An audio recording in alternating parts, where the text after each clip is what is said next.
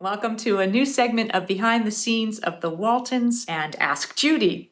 Today I am taking more of your questions, and some of them specific, some of them that we just get asked a lot that I thought I would take up. As a side note, often when I answer questions, particularly in the comments below, my reply tends to be, in some cases, I don't know, I don't remember. These episodes were shot between 1972 and 1981. We shot over 15 episodes. Some of them become a bit of a blur. At the time that the series started airing in 1972, we didn't have recording devices for our TVs. I didn't have a VCR until maybe 1978, 79. So for all of those original seasons, if I wasn't home on a Thursday night at 8 o'clock, I didn't see it. So there's some episodes that I may never have seen. The show did not go into reruns until after it went off the air in 1982. So even though I, at that point, had a VCR or whatever, and I would try to record episodes, I didn't always get a chance to see them.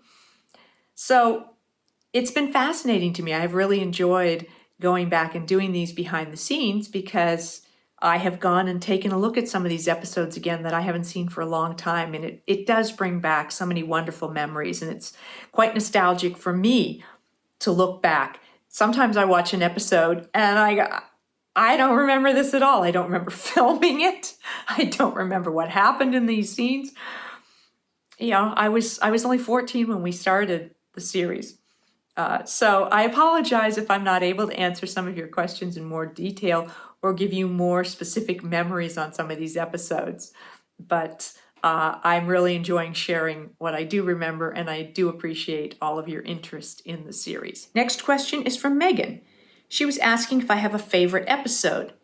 I don't have one single favorite episode.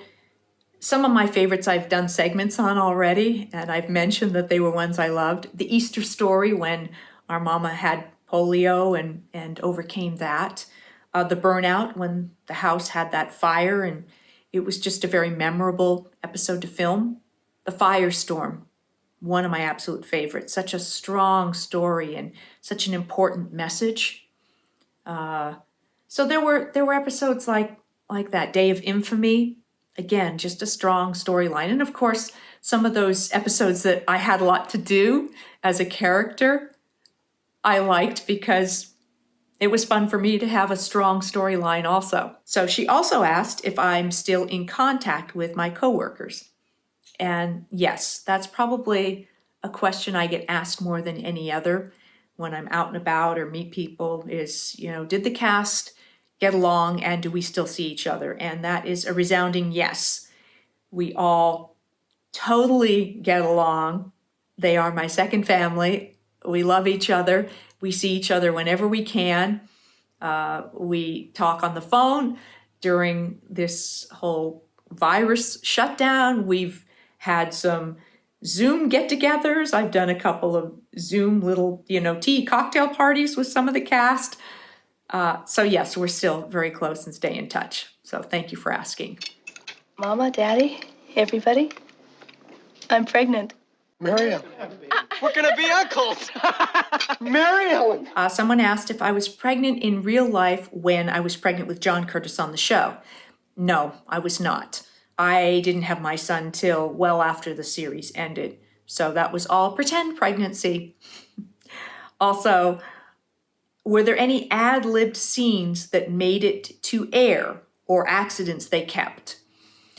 There was always a certain amount of ad-libbing in some scenes, particularly at the beginning of scenes. If we were around the kitchen table, everybody might have been gathering and passing things around, so there might have been ad-libbing then. Sometimes at the end of scenes. Sometimes if there was just supposed to be some announcement and everybody was supposed to have a reaction to that, those types of things would be ad-libbed. So yes, that was an ongoing thing as part of episodes. There were accidents, happy accidents that were kept. I don't know that I could give you a specific right now. I spoke about that in the segment about the homecoming with the grandpa and everybody running to the door when somebody arrived and us literally knocking Edgar Bergen over in his rocking chair, and they kept that take because it just looked so realistic. He was not injured, but it was an accident that they kept. Have another question here. Where were we all situated while recording the goodnights? The goodnights were one of those things, because it was all audio, that they would just grab at different times. We'd get some sort of a note down from the production office that editing needed the goodnights. So the script would be there. Whoever was involved with that week's goodnights that needed to be recorded would gather around the sound mixer with the big overhead boom mic, and we would just do several versions, several takes of the goodnights. So that might happen in the kitchen, the living room. Usually they tried to do it indoors. We may have occasionally done it outside, but sound was always better on the soundstage. So they tended to grab it at some point when we were on the soundstage. And of course, they were always different. So different people were involved, and they'd also have to do it on a day when all of the actors involved with those goodnights were working.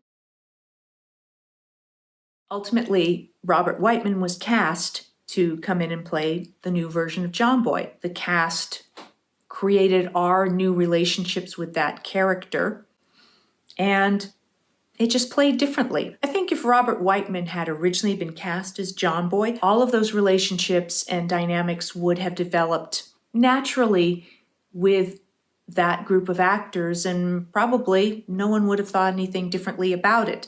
It was just, I believe, the difference between Richard's portrayal and his choices for how he played John-Boy and the more subtle way in which Robert chose to play John-Boy that, didn't work for everybody. But he's a lovely man and a lovely actor. Another question I get asked a lot about is, why did they bring Curt back? Honestly, I don't know why they brought the character back.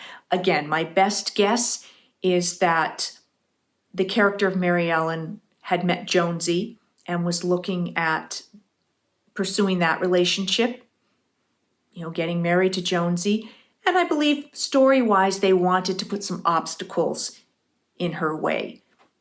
Somebody clearly got the idea that it would be an interesting obstacle to find out that Curt hadn't actually died at Pearl Harbor.